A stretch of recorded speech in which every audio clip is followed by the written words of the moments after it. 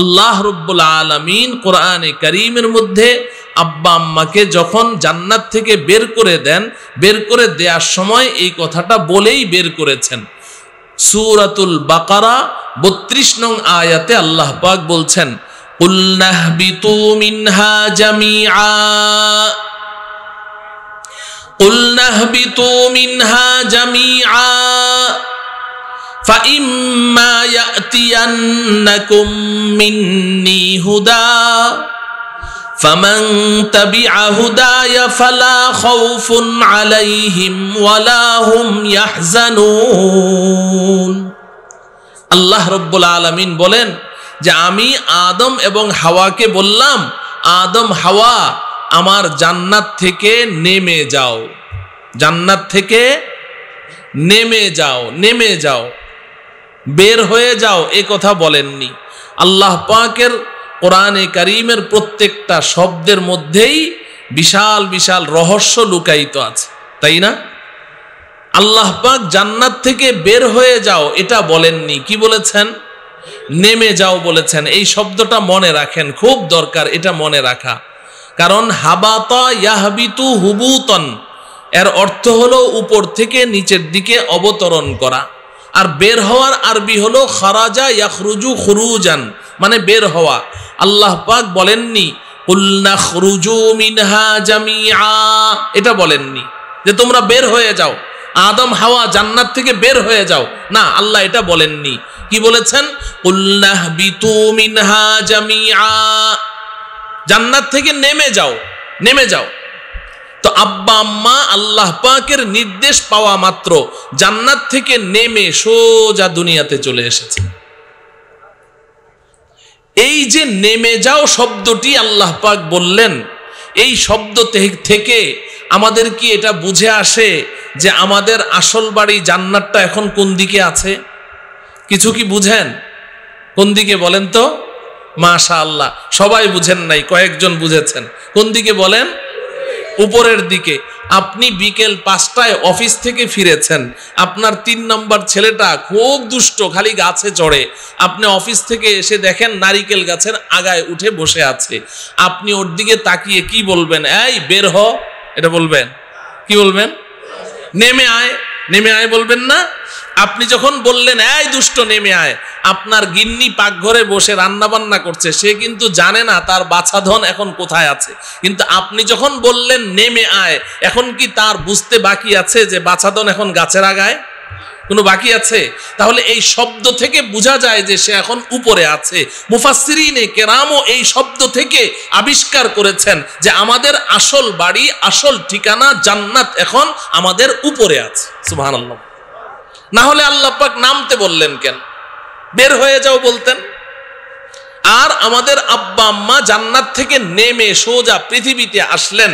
আব্বাজান আসলেন শ্রীলঙ্কায়, আম্মাজান আসলেন আরব দেশের জেদ্দায়, ঠিক কিনা বলেন? শ্রীলঙ্কায় আব্বাজান সর্বপ্রথম জান্নাত থেকে নেমে পাটা ফেলেছেন শ্রীলঙ্কায়।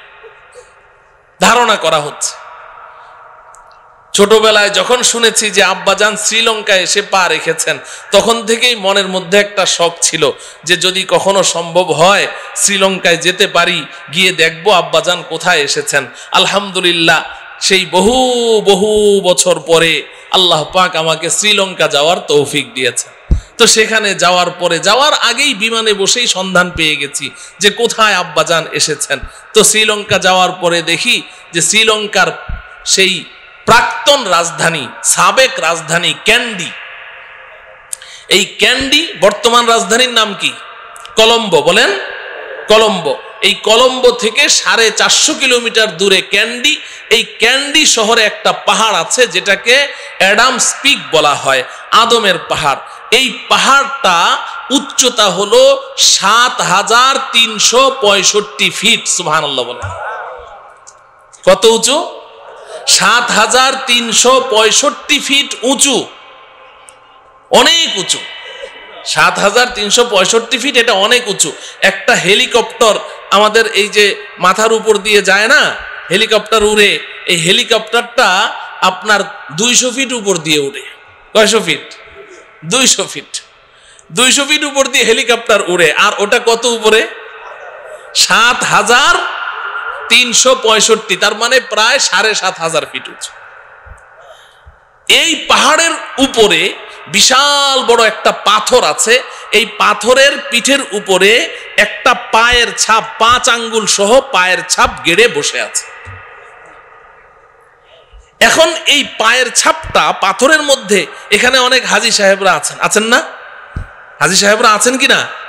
তো ওখানে এই কাবা ঘরের পাশে মাকামে ইব্রাহিম, আমাদের আব্বাজান হযরতে ইব্রাহিম আলাইহিস সালামের পায়ের ছাপ আছে না নাই? হ্যাঁ, আচ্ছা। তো ওই পাথরটার গায়ে একটা পায়ের ছাপ 5 আঙ্গুল সহ গেড়ে বসে আছে। এখন শ্রীলঙ্কানদের মধ্যে এটা নিয়ে 3 কথা আছে যে এই পাটা কার পা, এটা নিয়ে 3 কথা আছে। শ্রীলঙ্কার অধিকাংশ অধিবাসী হচ্ছে বৌদ্ধ ধর্মাবলম্বী, অধিকাংশরাই বৌদ্ধ ধর্মাবলম্বী। ওদের দাবি হচ্ছে যে এটা গৌতম বুদ্ধের পায়ের ছাপ। কার? গৌতম বুদ্ধের। এবং ওখানে অনেক হিন্দু ভাইয়েরা থাকে, তো হিন্দুদের দাবি হচ্ছে যে ওটা শ্রীকৃষ্ণের পায়ের ছাপ। আর শ্রীলঙ্কায় শতকরা 5 জন মুসলমান। শতকরা কয়জন? 5 জন মুসলমান। তবে বর্তমান রাজধানী কলম্বোতে শতকরা 65 জন মুসলমান বসবাস করে। তো মুসলমানদের দাবি হচ্ছে যে এটা গৌতম বুদ্ধ কিংবা শ্রীকৃষ্ণের পায়ের ছাপ নয়, এটা আমাদের আব্বাজান হযরতে আদম আলাইহিস সালাম জান্নাত থেকে নেমে সর্বপ্রথম পা রেখেছেন ওই পায়ের ছাপ। এখন 3 দল 3 দাবি করছে, দলিল প্রমাণ কারো কাছেই নাই, তাদের কাছেও নেই, আমাদের কাছেও নেই। কারণ কোরআন হাদিসে কোথাও এই কথা নেই যে হযরতে আদম আলাইহিস সালাম কোথায় এসেছেন, শ্রীলঙ্কায় এসেছেন, ওই পাথরের গায়ে পা রেখেছেন, এগুলো কোরআন হাদিসের কোথাও নেই। ঐতিহাসিক কিছু বর্ণনা আছে, ঐতিহাসিক কিছু বর্ণনা আছে। তো এখন দলিল তো কারো কাছে নেই, সবাই দাবি করে এটা। তা আমার 5 দিন সফর ছিল শ্রীলঙ্কায়, বিভিন্ন জায়গায় প্রোগ্রাম ছিল। তো এর ফাঁকে ফাঁকে বসে বসে খালি ভাবতাম যে আসলে এই পায়ের ছাপটা কার হতে পারে। আল্লাহ পাকের কাছে সাহায্য চাইলাম যে রব্বুল আলামিন যদি কিছু দলিল প্রমাণ, কিছু আলামত নিদর্শন পেয়ে যেতাম, যে কিছু ইশারা পেতাম যদি যে এটা আসলে কার পায়ের ছাপ, তাহলে মনের মধ্যে একটু প্রশান্তি অনুভব করতাম। আলহামদুলিল্লাহ এই 5 দিনে অনেক চিন্তা ভাবনা করার পর আমার দিলের মধ্যে 2টা দলিল আল্লাহ পাকের পক্ষ থেকে এসেছে। ওই 2 দলিলের ভিত্তিতে আমি শ্রীলঙ্কানদের কাছে একেবারেই জোর গলায় বলে এসেছি যে এটা আর কারো পায়ের ছাপ নয়, এটা গৌতম বুদ্ধেরও নয়, এটা শ্রীকৃষ্ণেরও নয়, এটা আমাদেরও বাবা, তোমাদেরও বাবা, সব ধর্মাবলম্বী মানব জাতির বাবা হযরতে আদম আলাইহিস সালামেরই পায়ের ছাপ। এখন বলবেন দলিল 2টা কি? 1 নম্বর দলিল হলো যে আপনারা শুনলে অবাক হবেন যে ওই পায়ের পাতার ছাপ, তো এই যে পায়ের পাতা, এই পায়ের পাতাটা লম্বা 6 ফিট 8 ইঞ্চি। পায়ের পাতাটা লম্বা কত? 6 ফিট 8 ইঞ্চি। আর পাশ হইল 3 ফিট। পাশে কত? 3 ফিট। লম্বা কত? 6 ফিট 8 ইঞ্চি। আচ্ছা, এবার আসেন আমার সাথে একটু সাক্ষী দিবেন। ওই একটা বাচ্চা, ওই যে লাল লাইট, লেজার লাইট আমার মুখের মধ্যে বারবার মারছে, ওই যে পিছনে, কেউ কি দেখতে পাচ্ছেন? তো ওখানে কেউ নেই, বাচ্চাটাকে একটু শান্ত করেন। আচ্ছা দেখেন, আপনারা যারা হজ করেছেন, হাজী সাহেবরা যারা আছেন, আমি দোয়া করি আজকের এই মাহফিলে যারা আমার সামনে উপস্থিত আছেন, ডানে বাঁয়ে সামনে পেছনে, ধনী গরিব, বুড়ো জোয়ান, ছোট বাচ্চা, নারী পুরুষ, যারা এই মাহফিল শুনছেন, আমি আল্লাহ পাকের কাছে দোয়া করি আল্লাহ রব্বুল আলামিন সকলকেই আল্লাহ পাকের ঘর, সকলকে অন্তত পক্ষে একবারের জন্য হলেও স্বচক্ষে জিয়ারত করার তৌফিক দান করেন। যারা হজ করেছেন বাইতুল্লাহর পাশে মাকামে ইব্রাহিমে, আমাদের মুসলিম জাতির পিতা নাম কি? জোরে বলেন। এতদিন আসতে বলেছেন, এখন একটু জোরে বলেন। আমাদের মুসলিম জাতির পিতার নাম কি? ইব্রাহিম আলাইহিস সালাম। ইব্রাহিম আলাইহিস সালাম। এই কথাটা কে বলেছেন? আল্লাহ রব্বুল আলামিন বলেছেন, মিল্লাতা আবিকুম ইব্রাহিম হুয়া সাম্মাকুমুল মুসলিমিন। এই উম্মতে মুহাম্মাদি, তোমরা যেই ধর্মের উপরে আছো, তোমাদের এই ধর্ম তোমাদের পিতা ইব্রাহিম আলাইহিস সালামের ধর্ম। সুবহানাল্লাহ। আমাদের এই ধর্ম কার ধর্ম?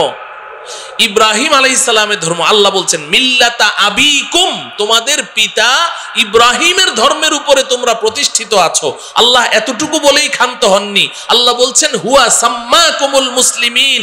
আরে উম্মতে মুহাম্মাদি শুনো, আরে বাংলাদেশের মুসলমান শুনো, বাবা যেমন সন্তানের নাম রাখে আব্দুর রহমান, আব্দুল করিম, এই যে বাবা সন্তানের নাম রাখে, আল্লাহ বলেন তোমাদের নাম যে মুসলমান, এই মুসলমান নাম তো আমি আল্লাহ রাখিনি।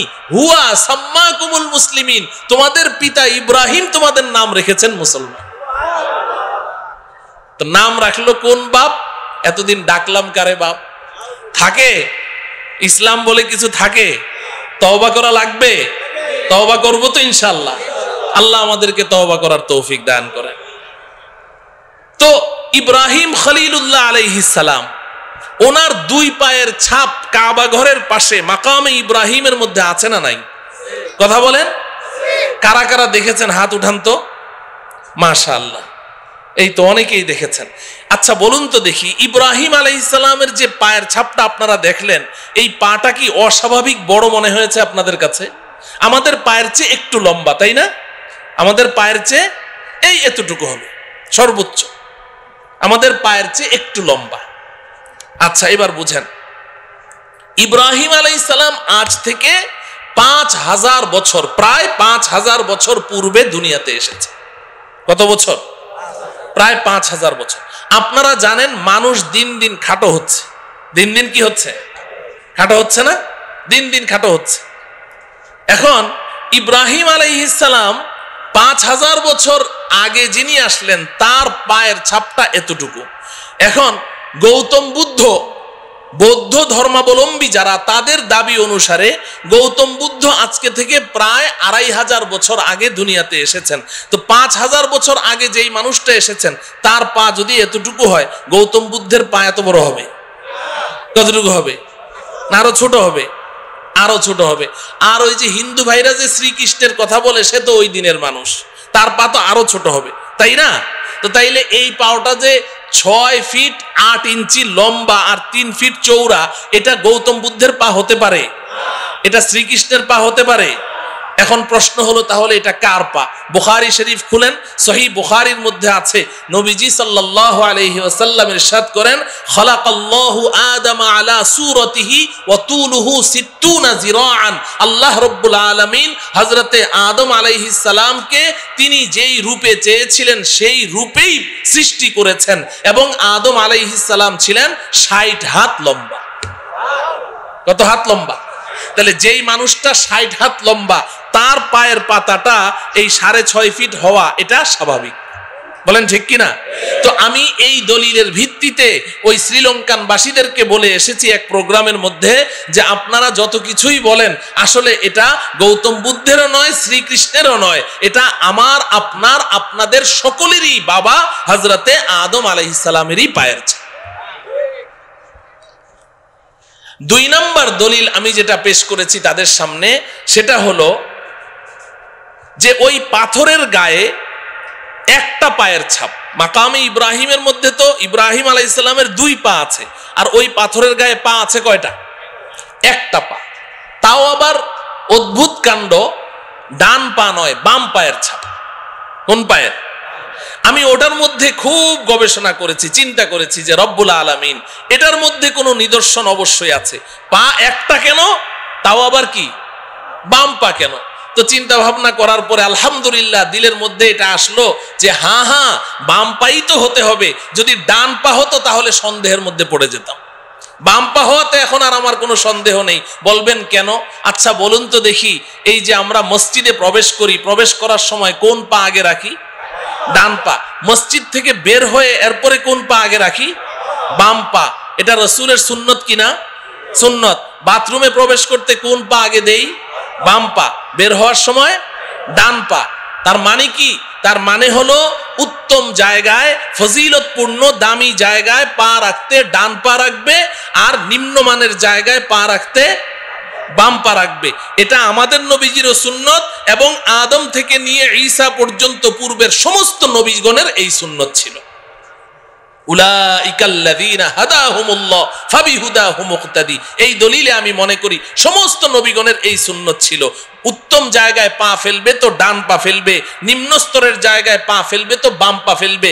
এই সুন্নত যদি সব নবীদের হয়, তাহলে আমি জানতে চাই আমাদের আব্বাজান হযরতে আদম আলাইহিস সালাম এসেছেন কোত্থেকে? জোরে বলেন। জান্নাত থেকে। পা রেখেছেন কোথায়? জমিনের উপরে, দুনিয়ায়। এবার বলেন, দুনিয়া এবং জান্নাতের মধ্যে উত্তম কোনটা? জান্নাত। নিম্ন স্তরের জায়গা কোনটা? দুনিয়া। তাহলে জান্নাত থেকে বের হয়ে দুনিয়াতে কোন পা রাখা সুন্নত? বাম পা। পাথরের গায়ে আছে কোন পা? সুবহানাল্লাহ বলেন। এই প্রসঙ্গক্রমে আমি এই কথা বলতে চাই নাই, সময় তো বেঁধে দেওয়া, কিন্তু কথা অন্যদিকে চলে গেছে। তো আলহামদুলিল্লাহ একটা কথা আলোচনা হলো। তো আমরা বলছিলাম যে আমাদের আসল বাড়ি জান্নাত আছে কোন দিকে? বলেন কোন দিকে? আমরা আছি কোন দিকে? এখন প্রশ্ন হলো, উপরে তো জান্নাত আসল বাড়ি, তো বাড়িতে কি আমরা সবাই যেতে চাই? কারা কারা যেতে চায় হাত উঠাই। হে আল্লাহ, আপনি আমাদের সবাইকে আমাদের আসল বাড়ি, পৈতৃক সম্পত্তি জান্নাতে অতি সহজে যাওয়ার তৌফিক দান করেন। এখন বাড়িতে তো যাব, বাড়ির পথ কত দূর, কোথায় আছে একটু জানতে মনে চায় না? কোন দিকে? চলেন উপরের দিকে যাই। আপনি দিনের বেলা উপরের দিকে তাকালে একটা সূর্য দেখবেন। এই সূর্যটা আকারে আকৃতিতে দেখতে মনে হয় যেন একটা ভাতের প্লেটের সমান, তাই না? আসলে কি এত ছোট? না।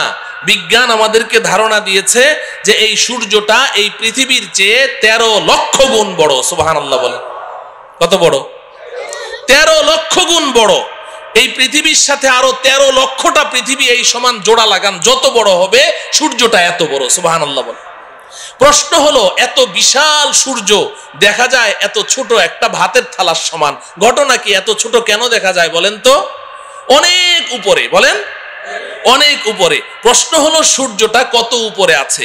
বিজ্ঞান আমাদেরকে ধারণা দিয়েছে যে এই সূর্যটা এই জমিন থেকে 9,30,00,000 মাইল উপরে আছে। সুবহানাল্লাহ বলেন। কত উপরে বলেন? 9,30,00,000 মাইল। মুখে তো বলে ফেললাম, কল্পনা করা যায়? 9,30,00,000 মাইল উপরে সূর্য। আচ্ছা যাই হোক, এই সূর্যের দেশে যদি আপনি চলে গেলেন 9,30,00,000 মাইল উপরে, সেখানে গিয়ে কি আমাদের আসল বাড়ি জান্নাতের কোনো সন্ধান পাওয়া গেল? তাহলে আরো উপরে যেতে হবে। যেহেতু আল্লাহ বলেছেন উপরে আছে, তাহলে উপরে আরো উপরে যেতে হবে। চলেন উপরে যাই। সন্ধ্যাবেলা আপনি উপরের দিকে তাকান, দেখবেন যে মিটমিট করে জ্বলছে জোনাকি পোকার মতো। এগুলো কি? তারা। আচ্ছা ভাই বলেন তো দেখি, এই তারাগুলো আকারে আকৃতিতে এই জোনাকি পোকার সাইজ নাকি আরেকটু বড়? তারাগুলো কত বড়? তারাগুলো কত বড়? বিজ্ঞান বলছে যে আকাশের এক একটা নক্ষত্র, এক একটা তারা পৃথিবীর চেয়ে নয়, পৃথিবীর চেয়ে নয়, আকাশের এক একটা তারা সূর্যের চেয়ে লক্ষ কোটি গুণ বড়। এত বিশাল তারা দেখা যায় জোনাকি পোকার মতো। ঘটনা কি? আরো উপরে। বলেন আরো উপরে। প্রশ্ন হলো, তারাগুলো কত উপরে আছে? তারাগুলো কত উপরে আছে? বিজ্ঞান এ ব্যাপারে আমাদেরকে কোনো ধারণা দিতে অক্ষম। তবে অনেক গবেষণা করে বিজ্ঞান একটা তারার সন্ধান বের করেছে, যেটা পৃথিবীর সবচেয়ে কাছে, সবচেয়ে নিচের যেই তারকাটি, জমিনের সবচেয়ে কাছে, এটার নাম বিজ্ঞান দিয়েছে প্রক্সিমা সেন্টারাই। বিজ্ঞান বলে প্রক্সিমা সেন্টারাই নামের এই দুনিয়ার সবচেয়ে কাছের যেই তারাটি, এটা এই জমিন থেকে 25 লক্ষ কোটি মাইল উপরে আছে। কত উপরে? 25 লক্ষ না, 25 লক্ষ কোটি মাইল উপরে। 25 কোটিও না, 25 লক্ষও না। কত? 25 লক্ষ কোটি মাইল উপরে হচ্ছে সবচেয়ে কাছের তারা। তাহলে উপরের তারাগুলো কোথায় আছে? বিজ্ঞান বলে এই ব্যাপারে আমরা কোনো ধারণা দিতে পারবো না। তাফসিরে রুহুল বায়ান নামে একটি কিতাব আছে, তাফসিরের কিতাব, তাফসিরে বলেন রুহুল বায়ান, তাফসিরে রুহুল বায়ান এই কিতাবের মধ্যে আছে। আল্লাহর কুদরত বুঝার জন্য বলছি, আমাদের বিবেকের মধ্যে এতটুকু ধারণ ক্ষমতা নেই বুঝার মতো, আল্লাহর কুদরত একটু বুঝার জন্য বলছি। এই যে স্টেজে লাইট জ্বলছে, এই যে আলো জ্বলছে, এই আলো দৌড়ায় কি দৌড়ায় না? আলো দৌড়ায় না? আপনি টর্চ অন করেন, টর্চ লাইট, সাথে সাথে আলোটা দেখবেন ওই দেয়ালের গায়ে দেখা যাচ্ছে, দৌড় মারলো কিনা? কত মাইল স্পিডে? আলোর গতি কত বলেন? প্রতি সেকেন্ডে, ঘন্টায় না, প্রতি সেকেন্ডে 1,86,000 মাইল দূরে চলে যায় আলো। আপনি চোখের পলক মেরেছেন না, এই চোখের পলকে আলোটা কত দূর চলে যায়? 1,86,000 মাইল। একটু কল্পনা করেন আল্লাহ পাকের কুদরত কত, শক্তি কত। এই আলোর গতিটা মনে রাখেন। এবার তাফসিরে রুহুল বায়ানের মধ্যে আছে আল্লাহ রব্বুল আলামিন আকাশে এমন অসংখ্য অগণিত তারা সৃষ্টি করেছেন, যেই দিন আল্লাহ পাক ওই তারাগুলোকে সৃষ্টি করেছেন কত হাজার বছর আগে সৃষ্টি করেছেন, আল্লাহ ছাড়া কেউ বলতে পারবে না। যেই দিন ওই তারাগুলো সৃষ্টি করেছেন ওই দিন প্রত্যেকটা তারা তাদের নিজ নিজ আলো পৃথিবীর দিকে ছেড়ে দিয়েছে। ওই আলোগুলো দৌড় শুরু করেছে প্রতি সেকেন্ডে 1,86,000 মাইল স্পিডে দৌড় শুরু করেছে। আজও সেই আলো পৃথিবীর দিকে দৌড়াচ্ছে, আজও দৌড়াচ্ছে, এখনো পর্যন্ত পৃথিবীতে এসে পৌঁছতে পারে নাই। অতএব কল্পনা করে দেখুন যে আকাশের তারাগুলো কোথায় আছে। আল্লাহ, আচ্ছা সেই আকাশের তারা যেখানে আছে সর্বোচ্চ তারা, ওই পর্যন্ত গেলাম, কিন্তু আসল বাড়ির কোনো খোঁজ খবর পাওয়া গেল? হ্যাঁ, তাইলে আরো উপরে যেতে হবে। যেতে রাজি? এই জমিন থেকে সবার উপরে যেই তারাটি আছে এর উপরে আর কোনো তারা নেই, সৌরজগৎ শেষ, এরপরে মহাশূন্য শুরু হয়ে গেছে। এই জমিন থেকে সবার উপরে যেই তারাটি আছে ওই পর্যন্ত আপনি যেই পরিমাণ পথ অতিক্রম করলেন, সবার উপরের তারাটা পার হয়ে আরো ঠিক এই সমপরিমাণ মহাশূন্য পাড়ি দিয়ে আপনি যদি উপরে যেতে পারেন, সেখানে গিয়ে পাবেন প্রথম আসমানের তলা। কি পাওয়া যাবে? প্রথম আসমানের তলা পাওয়া যাবে। আসমান আছে না নাই? হ্যাঁ, বিজ্ঞান কি বলে? বিজ্ঞানের ছাত্ররা এখানে আছে না? বিজ্ঞান তো আসমানকে স্বীকার করে না। বিজ্ঞান বলে আকাশ বলতে কিছু নেই। আল্লাহ, আকাশ আছে তো? বিজ্ঞান অস্বীকার করলো যে। একটা গল্প শুনবেন। আমি তখন হেফজখানায় পড়ি, আমাদের ওস্তাদজির মুখে শুনেছি। এক বুড়ি, তার পৃথিবীতে একটা পুত্র সন্তান, আর কেউ নেই। ওই পুত্র সন্তানটাই তার অন্ধের যষ্টি, ওইটাই তার সম্বল। অনেক শখ করে ওই বুড়ি তার ছেলেকে বিয়ে করিয়েছে, তবে পুত্রবধূ সর্বসাকুল্যে 1.5 হাত লম্বা। কত? 1.5 হাত লম্বা মানুষদেরকে আপনারা কি বলেন? বাউন, বামুন, বাইচ্চা। আচ্ছা বলেন, বামুন বলেন, ওই ময়মনসিংহের দিকে বামুন বীর, বামুন বীর বলে তো বাইটটা। এখন 1.5 হাত লম্বা পুত্রবধূ। তো একদিন বুড়ি পাকঘরে বসে রান্না করছে, তরকারি চুলায়, এখন পানি ঢালবে, কলসি নাড়া দিয়ে দেখে 1 ফোঁটা পানিও নেই। তো বৌমাকে ডাকলো, বৌমা কলসিটা নিয়ে যাও, পুকুর থেকে 1 কলসি পানি নিয়ে আসো, তাড়াতাড়ি আসো, চুলায় কিন্তু তরকারি, তাড়াতাড়ি আসো। বৌমা পানি আনতে গেছে তো গেছে, আধা ঘন্টা পার, বৌমা আর আসে না। বুড়ি চিৎকার করে বলছে, বৌমা পানি আনতে তো 5 মিনিট লাগে, তুমি আধা ঘন্টা পর্যন্ত করছোটা কি? তরকারি পুড়ে ছাই, আজকে কপালে আর তোমার খাবার জুটবে না, তুমি গেলে কোথায়, মরলে নাকি? বৌমা পাশের রুম থেকে চিৎকার দিয়ে বলে, আম্মা আমি 5 মিনিটেই তো পানি নিয়ে এসেছি, তো দিচ্ছ না কেন? কয়, আম্মা একটা অ্যাক্সিডেন্ট হয়ে গেছে। কি অ্যাক্সিডেন্ট হলো? বলে যে আম্মা বিয়ের সময় আপনি না আমাকে একটা স্বর্ণের চেইন দিয়েছিলেন। বলে হ্যাঁ, ওই চেইনটা ছিঁড়ে কলসির মধ্যে পড়ে গেছে। তো হয়েছেটা কি? কলসির মধ্যেই তো পড়েছে। কয় যে আম্মা হ্যাঁ কলসির মধ্যেই তো পড়েছে, তুমি নিজে দেখেছো? বলে আমি নিজের চোখে দেখলাম কলসির মধ্যে পড়েছে। তো তাহলে এক কাজ কর, তোর মাথায় কি বুদ্ধি শুদ্ধি নাই? তুই এক কাজ কর, কলসির মুখ দিয়ে হাতটা ভরে দে, কলসির তলা থেকে চেইনটা তুলে নে, পানিটা চেঞ্জ করে নিয়ে আয়, আর না হলে 5 মিনিট সময় বেশি লাগবে। তুই আধা ঘন্টা পর্যন্ত করছিসটা কি? বৌমা পাশের রুম থেকে চিৎকার দিয়ে বলে আম্মা এই মাত্র আপনি যেই বুদ্ধিটা শিখাইলেন আমি আধা ঘন্টা থেকে ওই কাজেই ব্যস্ত আছি। কিন্তু আম্মা বড় আশ্চর্যের ব্যাপার, আপনার কলসির তো তলা নাই। আপনার কলসির কি নাই? তলা নাই।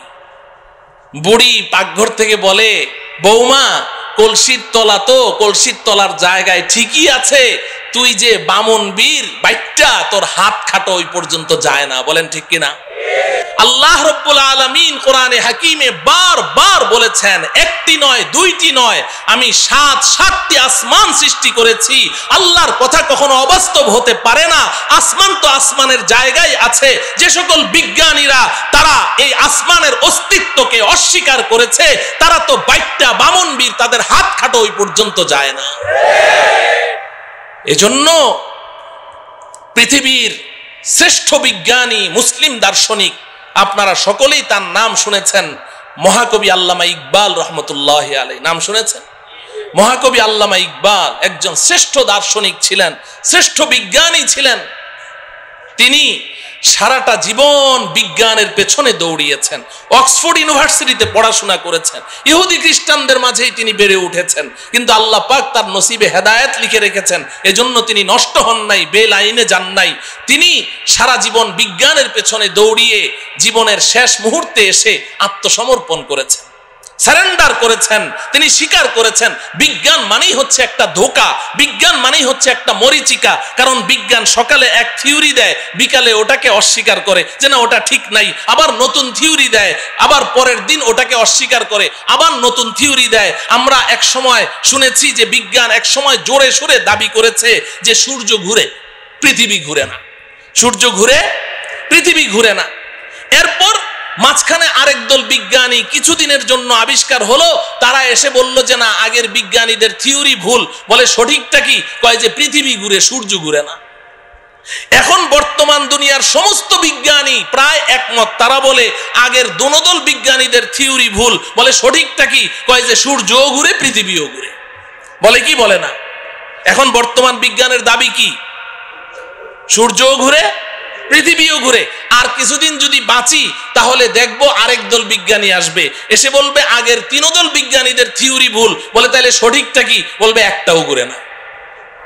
অসম্ভব কি? বলতে পারে। তো বিজ্ঞান মানেই হচ্ছে মরিচিকা, এক একবার এক এক থিওরি দেয়। তো আল্লামা ইকবাল রহমতুল্লাহি আলাইহি সারাটা জীবন বিজ্ঞানের পেছনে দৌড়ালেন, এরপরে অন্তিম মুহূর্তে এসে আত্মসমর্পণ করছেন। কোই कहता है नहीं है, कोई कहता है कि है, या खबर है या नहीं है तेरी दुनिया का वजूद। अब जुनू से काम लूंगा मैं रहे तहकीक में, अक्ल के पीछे बहुत ही वक्त जाया कर चुका, अक्ल के पीछे बहुत ही वक्त जाया कर चुका।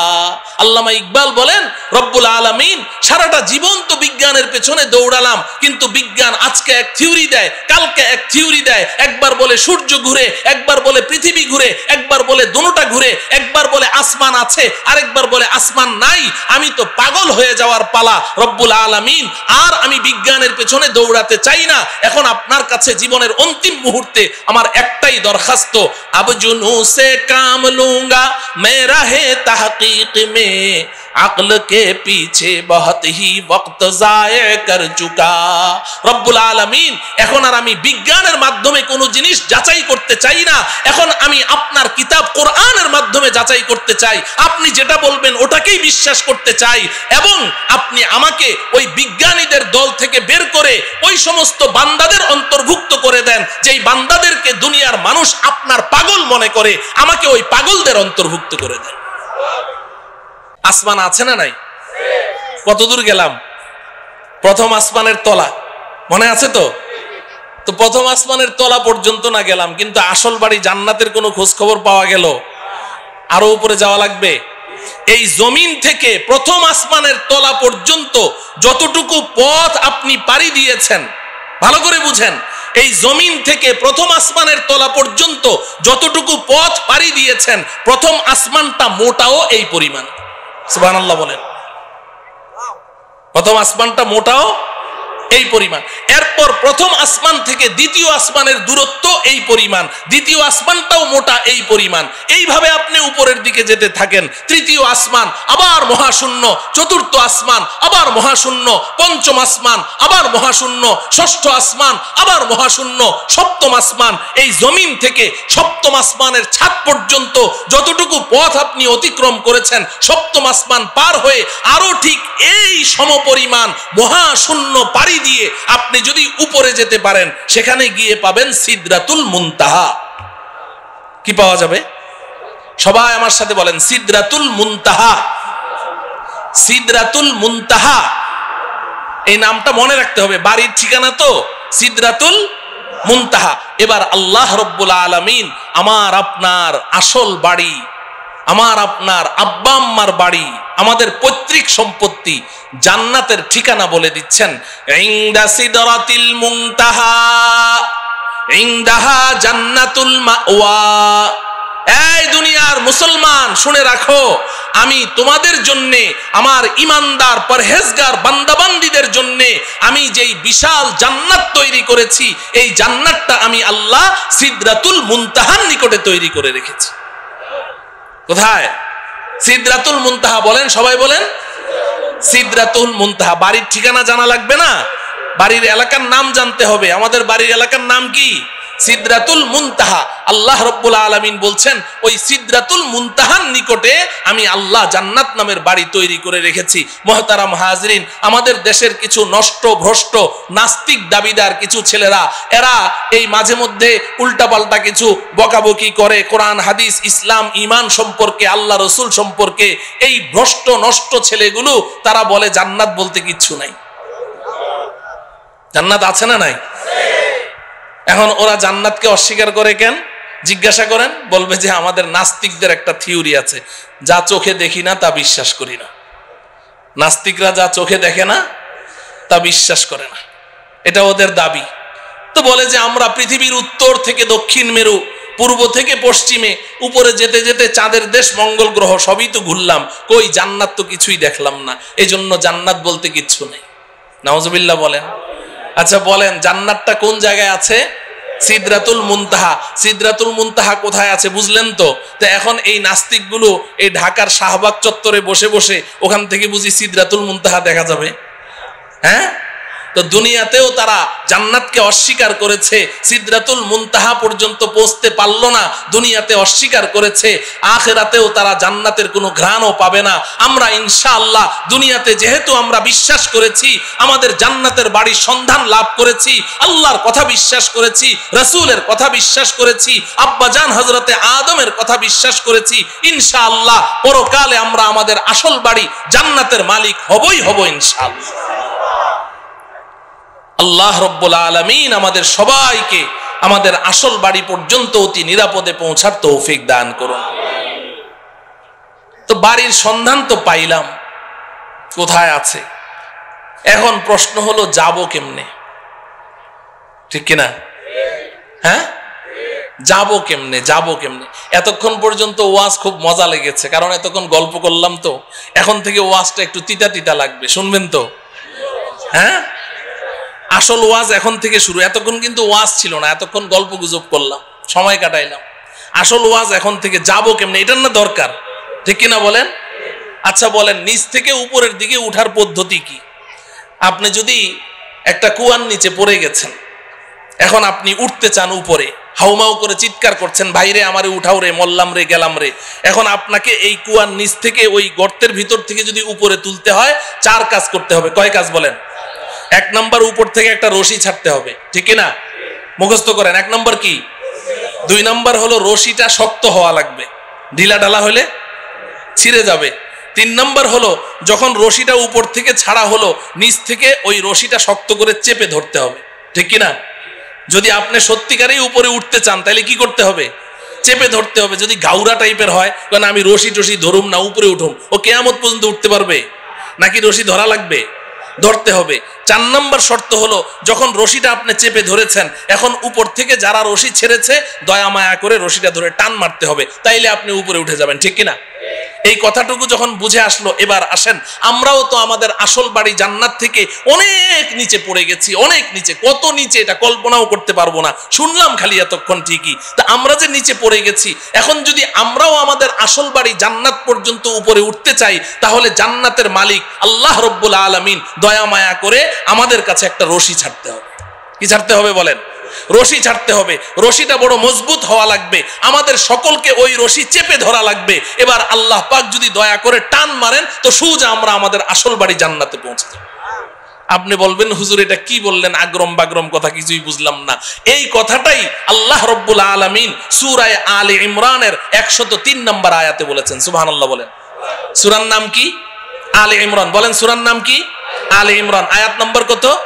103। মনে রাখবেন, সূরা আলে ইমরান। সবাই বলেন, সূরা আলে ইমরান, আয়াত নাম্বার 103। আল্লাহ পাক বলছেন, ওয়াতাসিমু বিহাবলিল্লাহি জামিআন ওয়া লা তাফাররাকু। এই দুনিয়ার মানুষ, শক্ত করে ধরো। ইতাসিমু, আল ইতিসাম মজবুতি কে সাথ পকড়না, শুধু ধরা না। ধরার আরবি ইতিসাম না, ধরার আরবি হলো আখাযা ইয়াখুযু, আখযান মানে ধরা। আল্লাহ পাক খুজু বলেননি, ইতাসিমু বলেছেন, শক্ত করে ধরো। বিহাবলিল্লাহ, আল্লাহর রশি। সুবহানাল্লাহ বলেন। হাবলুল্লাহ মানে কি? আল্লাহর রশি। হাবলুল্লাহ মানে কি? আল্লাহ বলছেন, ইতাসিমু বিহাবলিল্লাহ, আল্লাহর রশি ধরো। জামিআন, সবাই মিলে ধরো, একজন দুইজন না। এই রশি ছিঁড়ার কোনো সম্ভাবনাই নাই, সবাই মিলে ধরো। ওয়ালা তাফাররাকু, আল্লাহর রশি ধরতে গিয়ে আপোষের মধ্যে বিচ্ছিন্ন হয়ে যেও না। সুবহানাল্লাহ বলেন। বুঝে থাকলে বলেন। সূরা আলে ইমরানের 103 নম্বর আয়াতে আল্লাহ পাক আমাদের সবাইকে কি ধরতে বলেছেন? কার রশি? কার রশি? সবাই বলেন, কার রশি? আল্লাহর রশি ধরতে বলেছেন। তো ধরতে রাজি আছি তো? এখন প্রশ্ন হলো, আল্লাহ তো রশি ধরতে বলেছেন, রশিটা ছাড়লো কে? ছাড়লেন কে? রশিটাকে শক্ত বানাইলো কে? রশি ধরে টান মারবে কে? আমাদের কাজ কি? কথা বলে না। ধরা। আমাদের কয় কাজ? বাকি 3 কাজ কার? ওই 3 কাজের ওয়াজের দরকার নেই, ওটা তো আল্লাহর কাজ। আমাদের কাজ কয়টা? তাইলে এখন প্রশ্ন হলো, ধরবো কেমনে? এই আমার ওয়াজ শেষ, রশিটা কি বাড়িতে যাইতে হবে না? ধরবো কেমনে? ধরার সিস্টেম লাগবে কি লাগবে না? নাকি সব ধরা একরকম, যে যেমনে চাই এমনি ধরলে হবে?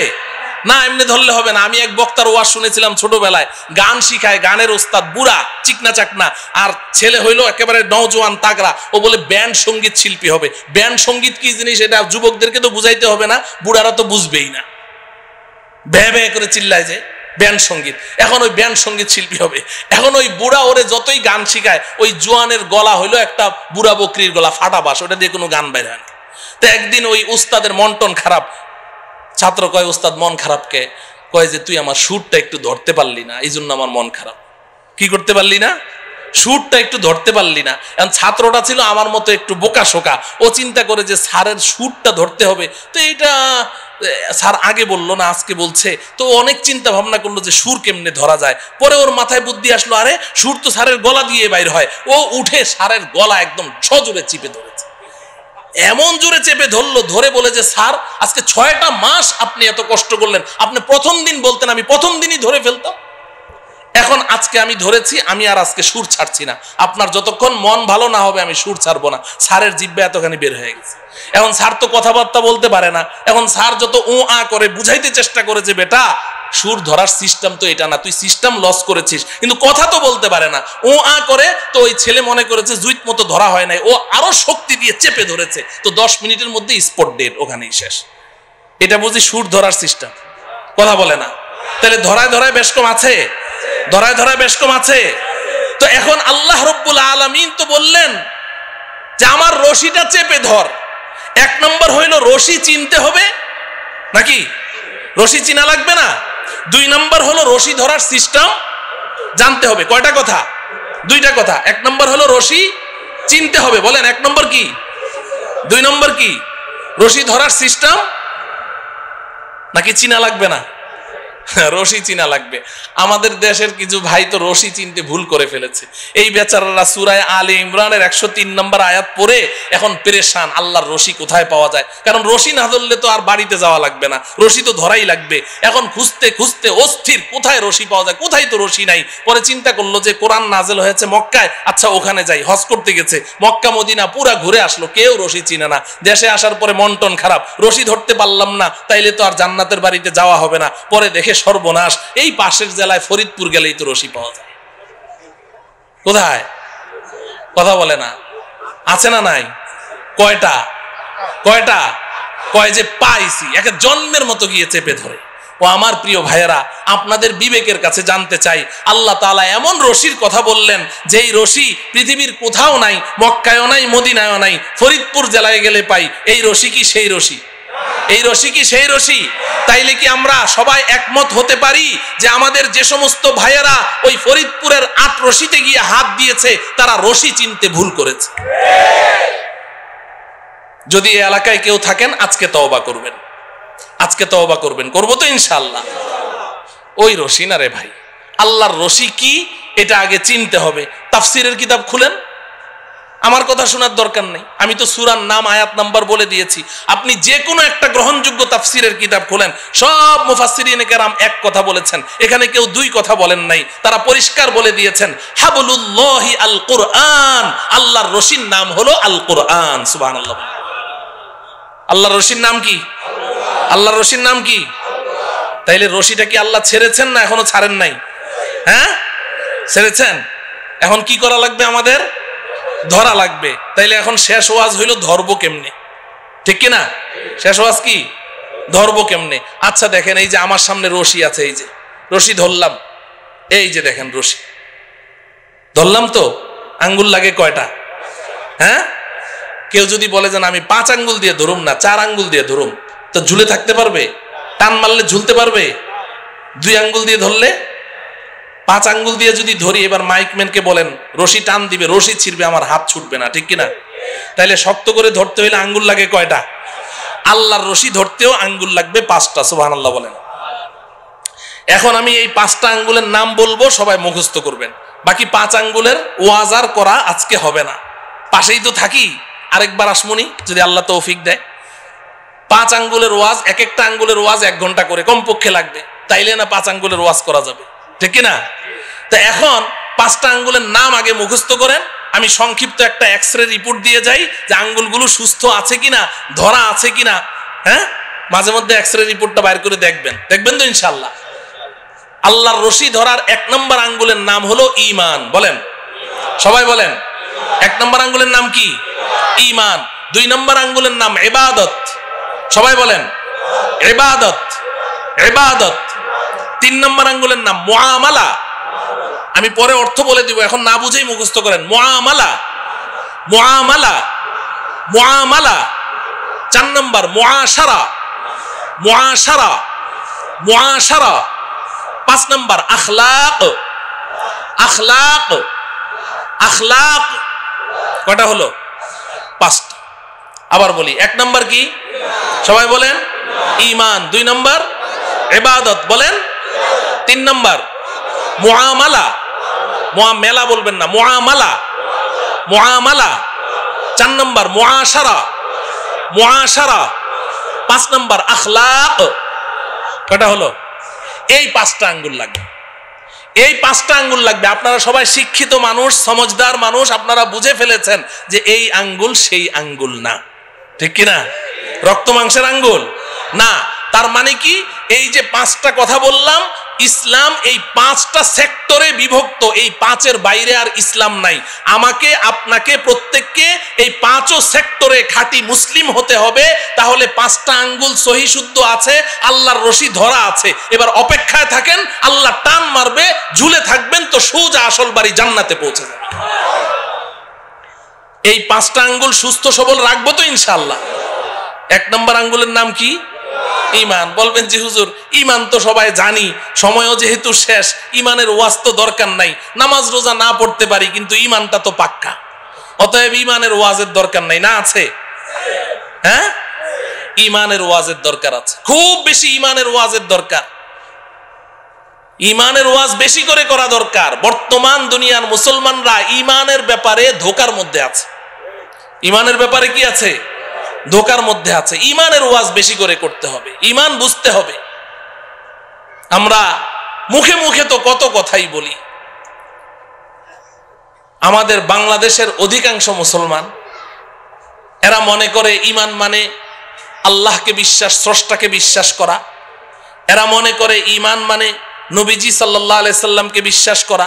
তা আমি তো আল্লাহকেও বিশ্বাস করি, নবীকেও বিশ্বাস করি, পরকালকেও বিশ্বাস করি, দ্যাটস এনাফ, আমি একজন খাঁটি ইমানদার। যার কারণে নামাজ নাই, রোজা নাই, হজ নাই, জাকাত নাই, কোরআন কিতাব, আল্লাহ রসুল কিচ্ছু নাই, কিন্তু খাঁটি ইমানদার। ঠিক কিনা? সমাজে এই জাতীয় মুসলমান আছে না নাই? কম না বেশি? 95%। কত? ও আমার প্রিয় ভাইয়েরা, ভাইরে তোমরা কি শুরু করলা? হ্যাঁ, এই যে তামাশা শুরু করছো, মানুষের তো ডিস্টার্ব হচ্ছে। তো মাহফিলের আর ক্ষতি করো তোমরা, এসে এগুলা করো। মুহতারাম হাজিরিন, তো যে কথা বলছিলাম, তাইলে 1 নম্বর আঙ্গুলের নাম কি? সব ক্ষমতা কার হাতে? সব ক্ষমতা কার হাতে? নাকি জনগণের হাতে? সব ক্ষমতার উৎস কে? জনগণ না আল্লাহ? আল্লাহ। সব ক্ষমতা কার হাতে? সন্তান দেওয়ার মালিক কে? তাইলে সন্তান না হইলে শাহ আলী মাজারে যাবেন? হ্যাঁ, যায় না মুসলমানরা? যায়। শাহ আলী বাবা কি সন্তান দিতে পারে? আপনি সন্তানও হারা, আর শাহ আলী বাবার কাছে গিয়ে যখন বলবেন যে একটা সন্তান চাই, তখন হইবেন ইমান হারা। সন্তানও পাইলেন না, ইমানও পাইলেন না, কট্টর একটা কাফের হয়ে বের হইলেন। আমও গেল, ছালাও গেল। কথা বুঝে আসছে? তাইলে পীরের কাছে চাওয়া যাবে? জিন্দা পীরের কাছে চাওয়া যাবে? মুর্দা পীরের কাছে চাওয়া যাবে না। সব চাইতে হবে কার কাছে? আল্লাহ পাকের কাছে। আল্লাহ আমাদের ঈমানকে মজবুত রাখার তৌফিক দান করেন। 2 নম্বর কি? 2 নম্বর আঙ্গুল কি? ইবাদত। ইবাদত। নামাজ কি? কথা বলে না। রোজা কি?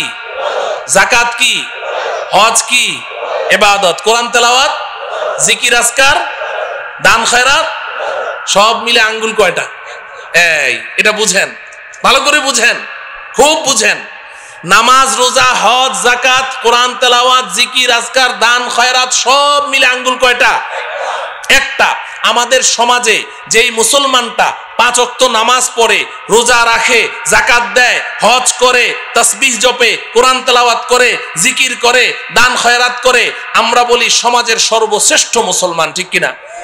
হ্যাঁ, কিন্তু আঙ্গুল কয়টা?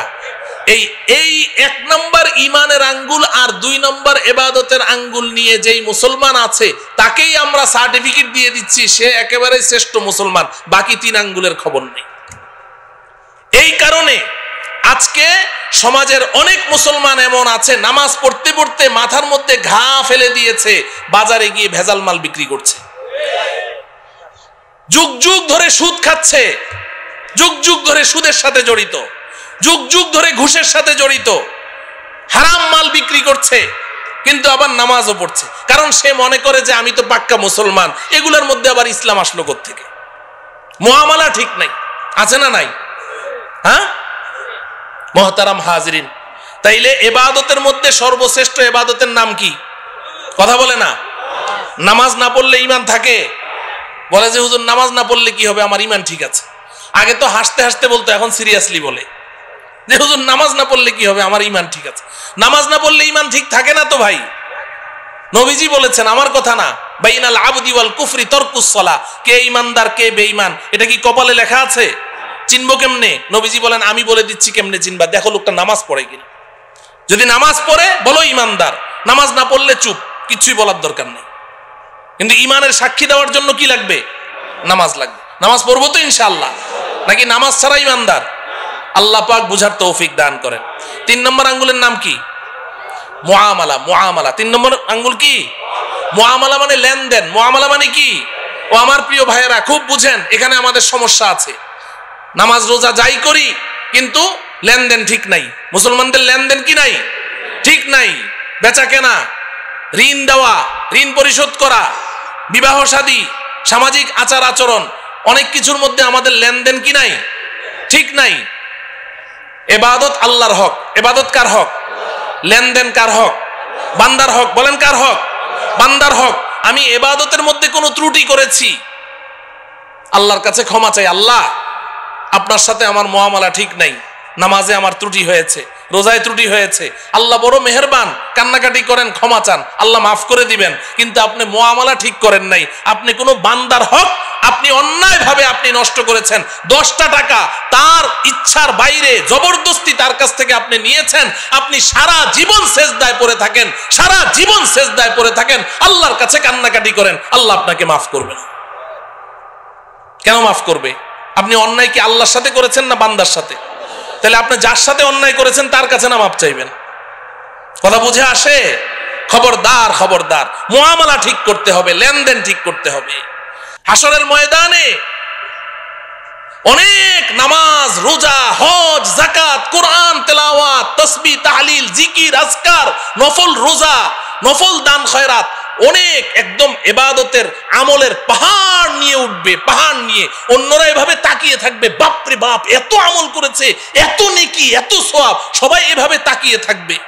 এমন ব্যক্তি উঠবে, কিন্তু হাসরের ময়দানে পাওনাদারদের ঋণ পরিশোধ করতে করতে ওর নেকি সব খালি হয়ে যাবে, তাকে আল্লাহ পাক জাহান্নামে নিক্ষেপ করবে। পরিষ্কার হাদিস, পরিষ্কার হাদিস। পাওনাদাররা ওই সময় দাঁড়িয়ে যাবে। দুনিয়াতে খুব বাবুগিরি করেছেন, খুব বেটাগিরি করেছেন, মাস্তান, সন্ত্রাস, খুব পাওয়ার, মানুষের জমি জমা কুক্ষিগত করেছেন, ভূমিদস্যু, ভূমিখোর, সন্ত্রাসী করে করে মানুষের টাকা পয়সা মেরে খেয়েছেন, অনেক শক্তি, অনেক ক্ষমতা। কিন্তু ভাই, আল্লাহ পাকের সামনে গিয়ে আপনাকে দাঁড়াতে হবে, এটা মাথায় রাখেন। যখন আল্লাহ পাকের আদালতের কাঠগড়ায় দাঁড়াবেন, তখন আপনার কি অবস্থা হবে? নবীজি সাল্লাল্লাহু আলাইহি সাল্লাম সাহাবায়ে কেরামকে প্রশ্ন করেছেন, এই বলো তো দেখি, সবচেয়ে বড় মিসকিন কে? সবচেয়ে বড় মিসকিন কে? তো সাহাবায়ে কেরাম বললেন, ইয়া রাসূলুল্লাহ, 1 লোকমা 2 লোকমা খাবারের জন্য মানুষের দাঁড়ে দাঁড়ে ঘুরে, ওই তো সবচেয়ে বড় মিসকিন। নবীজি বললেন, না, বরং সবচেয়ে বড় মিসকিন হলো ওই ব্যক্তি যে হাসরের ময়দানে পাহাড় সমপরিমাণ নেকি নিয়ে উপস্থিত হবে। আল্লাহ পাক তার জন্য জান্নাতের ফয়সালা করবেন। সে যখন জান্নাতের দিকে রওনা করবে, পেছন থেকে একজন দাঁড়িয়ে বলবে, রব্বুল আলামিন, লোকটা কই যায়? আল্লাহ বলবেন, ওরে জান্নাত দিয়ে দিয়েছি, দেখো না কি পরিমাণ নেকি নিয়ে আসছে। আল্লাহ একটু দাঁড়াইতে বলেন, কি সমস্যাটা কি? দুনিয়াতে আমি ওর কাছে 5 লাখ টাকা পাইতাম, দেয় নাকি? তাই নাকি? এদিকে আস, এদিকে আস। এই ধরা খায় গেল। ও 5 লাখ টাকা পাইতো? বলে, হ্যাঁ, দাও, টাকা দাও। আল্লাহ, টাকা দেবো কোথেকে? এখানে টাকা পাবো কোথায়? এখানে তো টাকার লেনদেন নাই। বলে, কিসের? বলে, নেকির লেনদেন হয়, 5 লাখ টাকার নেকি দিয়ে দাও। তো ওর ওখান থেকে 5 লাখ টাকার নেকি দিয়ে দিবে। তো একজন পাওনাদার যারা নাকি মানুষের টাকা নিয়ে মাইরা খায়, এরা কি একজনের টাকা মেরে খায় খালি, নাকি এটা তার অভ্যাস? তো যখন এক পাওনাদারে পেয়ে গেল নেকি 5 লাখ টাকার, বাকি পাওনাদাররা কয়, বাহ, চমৎকার, তো এখন সব দাঁড়ায় যাবে। আল্লাহ, আমি পাইতাম 1 লাখ, আল্লাহ আমি 2 লাখ, আল্লাহ আমি 10 টাকা, আমি 20 টাকা, সব দাঁড়ায় যাবে। আল্লাহ বলবেন, দাও, দাও। এই নেকি পরিশোধ করবে, ওই ঋণ পরিশোধ করতে করতে এক পর্যায়ে তার নেকি শেষ হয়ে যাবে। নবীজি বলেন, পাওনাদারদের সিরিয়াল এখনো রয়ে গেছে, নেকি শেষ। এবার আল্লাহ রব্বুল আলামিন বলবেন, দাও। আল্লাহ, শেষ, দিব কোত্থেকে? ও আচ্ছা, নাই। তো এক কাজ করো, তোমরা যে যত টাকা পাও ওই অত টাকার গুনাহ ওর আমল নামায় দিয়ে দাও। নাউজুবিল্লাহ বলেন। ও আমার প্রিয় ভাইয়েরা, বুঝেন, বুঝেন, বুঝতে চেষ্টা করেন। এগুলো কোনো আরব্য উপন্যাসের কথা বলছি না, গল্প কাহিনী বলছি না, এটা হাদিসের কথা বলছি, রাসূলের কথা বলছি। কোনো উপায় থাকবে না, এখনো ঠিক করেন লেনদেন, এখনো ঠিক করেন। 1টা টাকা কেউ পায়, 2টা টাকা পায়, 5টা টাকা পায়, অন্যায় ভাবে নিয়েছেন, তাড়াতাড়ি পরিশোধ করেন। কোনো উপায় থাকবে না, কোনো উপায় নাই। এখানে কারো সুপারিশ চলবে না, দেওয়াই লাগবে, না হলে জাহান্নাম। এটাকে মুআমালা বলা হয়। আমাদের অত্র অঞ্চলে, আমি তো এখানে অনেক দিন যাবত আছি, অত্র অঞ্চলে, বাংলাদেশের সব জায়গাতেই, তবে এই সমস্ত অঞ্চলে বেশি প্রবণতা আছে, বাবা মারা যায়, বাবার সম্পত্তি বড় ভাই কুক্ষিগত করে রাখে, অন্য ভাইদেরকে দেয় না। আছে না নাই? বড় ভাই, মাওলানা আসলে আমাকে বলবেন, বড় ভাই কি করে রাখে? নিজের হাতে কুক্ষিগত করে রাখে, ভাইদের মধ্যে সম্পত্তি বন্টন করে দেয় না। আবার কিছু আছে ভাইদের মধ্যে বন্টন করে, বোনদেরকে দেয় না, বোনদের হক দেয় না। আরে আমরা তো মসজিদে ইমামতি করি না, তো মুসল্লিরা যারা আছে সব সুখ দুঃখের কথা তো আমাদের সাথে আলাপ করে, আমাদের কাছে এসে বলে। তো সমাজে এমন অনেক মানুষকে চিনি, আমি নাম ধরে ধরে বলতে পারবো, অমুক অমুক অমুক অমুক, কোটি কোটি মিলিয়ন বিলিয়ন ডলারের মালিক আমাদের সমাজে এমন আছে, বাস সম্পত্তি নিজের হাতে কুক্ষিগত করে রেখেছে, কিন্তু 5 ওয়াক্ত নামাজ পড়ে, এত লম্বা লম্বা দাড়ি। আমি অনেককে চিনি। আপনি কি করছেন এটা? এক ভাই এসে আমার কাছে কান্নাকাটি করলো যে বড় ভাই তো আমাদের সম্পত্তি ভাগ করে দেয় না। তা আমি তাকে ডাকলাম, ডেকে বললাম, দেন না কেন? কয় যে হুজুর কি যে বলেন, আজকে যদি আমি ভাগ করে দিই কালকেই তো পথের ফকির। কেন? কয় সব বেচে বুচে খায়া ফেলাবে। আমি কই ওদের সম্পত্তি ওদের হাতে দিবেন, ওরা বেচে খাবে নাকি সাগরে ফেলে দিবে, ওটা আপনার সমস্যাটা কি? আপনার সমস্যা কি? কে আপনাকে এই দায়িত্ব দিয়েছে ভাইদের সম্পত্তি নিজের হাতে ধরে রাখার? কেন আপনি জাহান্নামে যাচ্ছেন? বন্টন করে দিব তো? কথা বলে না। দিব তো ভাগ করে? মুআমালা, এটাকে কি বলে? মুআমালা। বোনদের হক দিয়ে দিব তো? বোনদের হক দিয়ে দেন ভাই। বোনেরা, আপনি ভাই তো আপনার কাছে এসে হাসি মুখে কথা বলে, কিন্তু আপনার পেছনে চোখের পানি ফেলে ফেলে আল্লাহর কাছে আপনার জন্য বদদোয়া করে, আপনার জন্য বদদোয়া করে। আপনার সামনে এসে হাসে ঠিকই না, আপনার বিবেকে লাগে না যে শরীয়তে ইসলাম আপনার বোনকে যতটুকু দিয়েছে আপনাকে তো তার দ্বিগুণ দিয়েছে, ডবল দিয়েছে। আপনার লজ্জা হয় না যে আপনি ডবল পাইলেন, তারপরে আপনি বোনের হকটা কিভাবে মেরে খান? বন্টন করে দিব তো ইনশাআল্লাহ সমানভাবে। মুআমালা আল্লাহ পাক ঠিক করার তৌফিক দান করেন। কারো কোনো পাওনাদার যেন আমার কাছে না থাকে, সব পরিশোধ করে ফেলবো। যদি পরিশোধ করতে না পারি, পাওনাদারের কাছ থেকে সময়, আমি যিনি যার কাছ থেকে নিয়েছি, আমি ঋণদাতা, তার কাছে গিয়ে ক্ষমা চেয়ে তার কাছ থেকে সময় নিব যে ভাই আমাকে সময় দাও, আমি এত কিস্তিতে তোমার ঋণ পরিশোধ করে দিব। এইভাবে তাদের ঋণ পরিশোধ করে দিতে হবে, না হলে বাঁচার কোনো উপায় থাকবে না। 4 নম্বর আঙ্গুলির নাম কি? মুআশারা। বলেন মুআশারা। মুআশারা শব্দের অর্থ হলো আচার ব্যবহার, সামাজিকতা, বিহাইভ, কে কার সাথে কেমন ব্যবহার করবে, এটাই ইসলামের 5 ভাগের 1 ভাগ। সুবহানাল্লাহ। কে কার সাথে কেমন আচরণ করবে, কেমন ব্যবহার করবে, এটাকে মুআশারা বলা হয়। ও আমার প্রিয় ভাইয়েরা, আজকে মুসলমানদের মুআশারা ঠিক নাই। বড় ছোটকে স্নেহ করে না, ছোট বড়কে শ্রদ্ধা করে না। বাবা সন্তানের সাথে কেমন মুআশারা করবে, কেমন ব্যবহার করবে, সন্তান মা বাবার সাথে কেমন ব্যবহার করবে, স্বামী স্ত্রীর সাথে, স্ত্রী স্বামীর সাথে, উস্তাদ ছাত্রের সাথে, ছাত্র উস্তাদের সাথে কেমন ব্যবহার করবে, এটাকেই মুআশারা বলা হয়। আজকে আমাদের মুআশারা ঠিক নেই, এই কারণে প্রত্যেকটা জায়গায় আমরা অশান্তির আগুনে দাউ দাউ করে জ্বলছি। আমাদের মুআশারা ঠিক নেই। আল্লাহ সন্তান মা বাবার সাথে কেমন মুআশারা করবে কোরআনে কারীমে বলে দেওয়া আছে না নাই? আহা, কত সুন্দর করে আল্লাহ বলেছেন, কত সুন্দর করে। ইম্মা ইয়াবলুগান্না ইনদাকাল কিবারা আহাদুহুমা আও কিলাহুমা। এই আমার যুবক ভাইয়েরা, যুবতী বোনেরা, যাদের মা বাবা জিন্দা আছে, ভালো করে শুনে নাও। আল্লাহ বলছেন যে তুমি যদি তোমার মা বাবাকে একসাথে কিংবা কোনো একজনকে বৃদ্ধ বৃদ্ধা অবস্থায় পেয়ে যাও, তুমি মনে করবে আল্লাহ পাক তোমাকে সুযোগ দিয়েছে, সুযোগ দিয়েছেন। মাকে পেয়েছো, বাবাকে পেয়েছো, বা উভয়কে পেয়েছো, তা আমি আল্লাহ তোমাকে 5টা কর্মসূচি দিচ্ছি। কয়টা? কয়টা? খুব মনে রাখেন, 5 কর্মসূচি আল্লাহ দিয়েছেন। 1 নম্বর হলো ফালা তাকুল্লাহুমা উফ। ফালা তাকুল্লাহুমা উফ।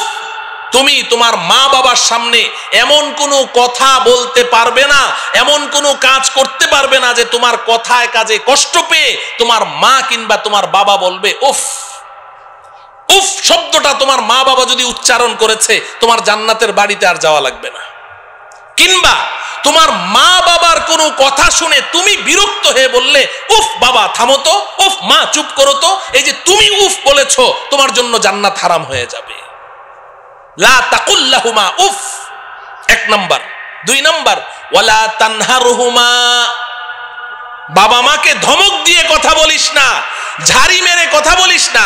তোর হাতে, তোর শরীরে এখন অনেক শক্তি আছে, তো মা বাবা দুর্বল হয়ে গেছে, এখন মা বাবার সাথে ধমক দিয়ে কথা বলবি, ঝাড়ি মেরে কথা বলবি, আমি আল্লাহ এটা তোর জন্য হারাম ঘোষণা করলাম। ধমক দিয়ে কথা বলিস না। লা তানহারহুমা।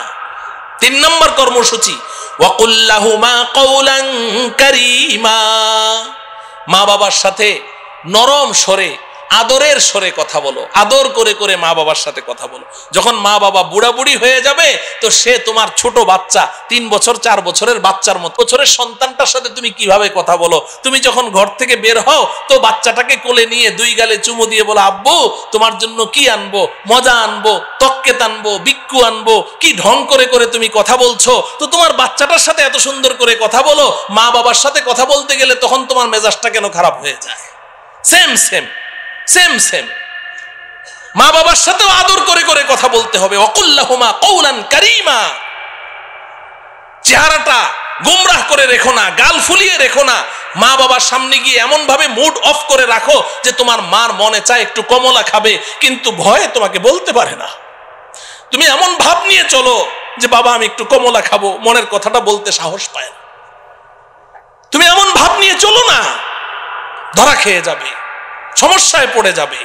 ফ্রি হয়ে যাও মা বাবার সাথে, এমন ফ্রি হয়ে যাবে যে তাদের মনের মধ্যে যেই কথা আসবে সেটাই যেন অকপটে তোমাকে খুলে বলতে পারে, ভয় যেন না পায়। ওয়াকুল্লাহুমা কওলান কারীমা। 4 নম্বর কর্মসূচি আল্লাহ দিচ্ছেন, ওয়াখফিদ লাহুমা জানাহাজ যুল্লি মিনার রাহমা। এই যুবক, মা বাবার সামনে তোমার বিনয়ের 2টো ডানা বিছিয়ে দাও। মা বাবার পায়ের নিচে তোমার বিনয়ের 2টো ডানা বিছিয়ে দাও, একদম নরম হয়ে যাও, নরম হয়ে যাও। 4টা কর্মসূচি আল্লাহ দিয়েছেন, এইভাবে মা বাবাকে লালন পালন করো। এক সময় মা বাবা চলে যাবেন, তুমি ঋণ পরিশোধ করতে পারোনি, কোনোদিনও পারবে না। তোমার গায়ের চামড়া খুলে দাও, তাও ঋণ পরিশোধ হয়নি। মা বাবা তো চলে গেছেন, 4 কর্মসূচি তুমি পালন করেছো। এবার আমি আল্লাহ তোমাকে 5ম আরেকটা কর্মসূচি দিচ্ছি, ওয়াকুর রব্বিরহামহুমা ওয়াকুর রব্বিরহামহুমা কামা রব্বায়ানি সগীরা। সারাটা জীবন যতদিন জিন্দা থাকো আমি আল্লাহর কাছে হাত দুটো তুলে চোখের পানি ছেড়ে বলতে থাকো, আল্লাহ গো আপনি যেভাবে বলেছেন চেষ্টা তো করেছি, কিন্তু মা বাবার হক তো আদায় করতে পারি নাই, আপনি তো নিয়ে গেলেন। আল্লাহ গো আমি যখন দুগ্ধপুষ্য শিশু ছিলাম তখন আমার মা আমাকে যেভাবে আদর আহ্লাদ করে লালন পালন করেছেন, আমার বাবা যেভাবে আমাকে আদর সোহাগ করে লালন পালন করেছেন, আল্লাহ গো এখন তো আমার আব্বা আম্মা আপনার কাছে, আপনিও আমার আব্বা আম্মাকে ওইভাবে আদর সোহাগ করে লালন পালন করেন। যদি মৃত্যু পর্যন্ত এভাবে চোখের পানি ছেড়ে ছেড়ে মা বাবার জন্য দোয়া করতে পারো, আমি আল্লাহ তোমার পক্ষ থেকে তোমার মা বাবার ঋণ আমি পরিশোধ করে দেব। তাহলে মা বাবার সাথে কেমন আচরণ করতে হবে শরীয়তে আমাদেরকে শিক্ষা দিয়েছে কি দেয়নি? তা আমার সন্তান এই কথাটা জানবে স্কুলে, কলেজে, ভার্সিটিতে পড়াইলে না মাদ্রাসায় পড়াইলে? হ্যাঁ, মাদ্রাসায় পড়াইতে হবে না? মাদ্রাসায় পড়ান, ঠকবেন না। মাদ্রাসায় পড়ান, ঠকবেন না। অন্তত প্রাথমিক শিক্ষাটা মাদ্রাসায় দিয়ে দেন। শিক্ষার ফাউন্ডেশন, বেনা, ভিত্তিটা মাদ্রাসায় হয়ে যাক। মাদ্রাসা শিক্ষার এই ফাউন্ডেশনটা যখন হয়ে যাবে, সে আল্লাহকে চিনবে, রসুলকে চিনবে, মা বাবার মর্যাদা সম্পর্কে জানবে। যখন রসুলের আখলাক চরিত্র সম্পর্কে জানবে, এরপরে আপনার এই সন্তান যদি ডাক্তার, ইঞ্জিনিয়ার, প্রফেসর, জজ, ব্যারিস্টার, পাইলট যাই হোক না কেন, ইনশাআল্লাহ এই সন্তান কোনোদিন নাস্তিক হবে না, মুরতাদ হবে না। এই সন্তান যত বড় ব্যক্তি হোক না কেন, দেশের প্রধানমন্ত্রী হয়ে যাক না কেন, রাষ্ট্রীয় সম্পদ চুরি করবে না, পাচার করে বিদেশে পাঠাবে না, জনগণকে কষ্ট দিবে না, এবং কোনোদিন আপনাকে ঘর থেকে বের করে বৃদ্ধাশ্রমে রেখে আসবে না। এই ভুল করবেন না। মাদ্রাসায় পড়ান, মাদ্রাসায় পড়ান। এটাকে মুআশারা বলা হয়। আজকে আমাদের মুআশারা ঠিক নাই। স্বামী জানে না স্ত্রীর সাথে কেমন মুআশারা করবে, স্বামী জানে না। এই মুআশারা না জানার কারণে বিবাহ করে, বছর না গড়াইতেই কয় ডিভোর্স, 1 তালাক, 2 তালাক, 3 তালাক। হায় রে ডিভোর্স, খালি ডিভোর্স। আমরা ফতুয়ার কাজ করি তো এই আমাদের কাছে যত ফতুয়া আসে, মানুষের জীবনে কি খালি একটাই সমস্যা, খালি ডিভোর্স? ম্যাক্সিমাম খালি মাসআলা খালি এইটাই, হুজুর মাথা গরম হয়ে গেছে, 3 কথা বলে ফেলছে। এই ডিভোর্সের প্রবণতা দিন দিন কমছে না বাড়ছে? কেন বাড়ছে? মুআশারা ঠিক নাই, মুআশারা ঠিক নাই। স্বামী জানে না স্ত্রীর সাথে কেমন মুআশারা করতে হয়, স্ত্রী জানে না স্বামীর সাথে কেমন মুআশারা করতে হয়। মুআশারা ঠিক করতে হবে, মুআশারা ঠিক করতে হবে। নবীজি সাল্লাল্লাহু আলাইহি ওয়াসাল্লাম তার বিবিদের সাথে কেমন আচরণ করেছেন, এটা আমার পড়তে হবে, সিরাতুন নবী পড়তে হবে, রাসূলের জীবনী পড়তে হবে, রাসূলের পারিবারিক জীবনটা কেমন ছিল, নবীজি তার বিবিদের সাথে কেমন আচরণ করেছেন এটা আমার জানতে হবে, ওইভাবে আমার পরিবার নীতি চালাতে হবে। তাহলে ইনশাআল্লাহ ডিভোর্স শব্দ মুখে আসবে না। নবীজি কি কোনো একজন বিবিকে ডিভোর্স দিয়েছিলেন জীবনে? বিবি কি একজন দুইজন? কয়জন? তো 11 জনের মধ্যে তো একজনকেও ডিভোর্স দিলেন না। আর আপনি একজন বিবি, তাতে আপনি ডিভোর্স দিতে পাগল হয়ে গেলেন, ব্যাপারটা কি? আপনার মুআশারা ঠিক নাই। এজন্য মুআশারা ঠিক করতে হবে। স্ত্রী জানে না তার স্বামীর সাথে কেমন মুআশারা করতে হয়। আজকাল তো আধুনিক যুগ, বিজ্ঞানের যুগ, যুবকরা মনে কষ্ট নিয়েন না। আমি ছোটবেলায় একটা ওয়াজ শুনেছিলাম, ওই যে যুক্তিবাদী সাহেবের, হাবিবুর রহমান যুক্তিবাদী সাহেবের, ওনার ওয়াজ শুনেছিলাম। আমি তখন হেফজ পড়ি রংপুরে। তো ওই ওয়াজের মধ্যে উনি বলেছিলেন যে আধুনিকতা, আধুনিকতা, যুবকদের যে আধুনিকতা, এই আধুনিকতা যে কত বড় বিপদের কারণ হয়। তো এক যুবক, সে অনেক পড়াশোনা করেছে, হাই লেভেলে পাশ করে এসেছে, এখন সে বিবাহ করবে, খুব মডেল তারকা, নাচনেওয়ালি, গানেওয়ালি, এরকম মেয়ে তালাশ করছে। কিন্তু বাবা মা বলে যে না, আমরা গ্রামের মেয়ে বিয়ে করাবো, পর্দানসীন নামাজি মেয়ে। যুবক রাজি না, কিন্তু বাবা মার ইচ্ছায় শেষমেশ ওই গ্রামের এক পর্দানসীন মেয়েকে বিয়ে করে আনলো। এখন মেয়ে বাসর রাতে যখন যুবক গেল, ঢুকলো, তো মেয়ে তো ঘোমটা, লম্বা ঘোমটা দিয়ে বসে আছে। ওই যুবক তো ওই ঘোমটা দেখে ওর মেজাজ গরম হয়ে গেছে, যে বর্তমান যুগে আবার এই ঘোমটা টোমটা চলে নাকি, এটা দেখে ওর মেজাজ গরম। এরপরে ভিতরে যখন ঢুকলো, এখন বিবি সাহেবা বলে আসসালামু আলাইকুম ওয়া রাহমাতুল্লাহ, সালাম শুনে আরো মেজাজ গরম, উত্তর তো দিলই না, বস বসে আছে আর রাগে খালি ফুঁসছে। এবার বিবি সাহেবা উঠে এসে স্বামীর পায়ের জুতা খুলে দেয়, মোজা খুলে দেয়, হাত পাখা নিয়ে বাতাস করে। স্বামী একটা কথা 3 বার জিজ্ঞেস করলে তারপরে জবাব দেয়। এখন কয় কি ব্যাপার, কোন ক্ষেত বিয়ে করে আনলাম, এটা নিয়ে কেমনে সমাজে চলবো, আমার ফ্রেন্ড সার্কেল বাসায় আসবে, ওদের সাথে রং ঢং করে হাসি তামাশা করে কথাবার্তা বলবে, এটা তো চলবে না, ওর মন টন খারাপ।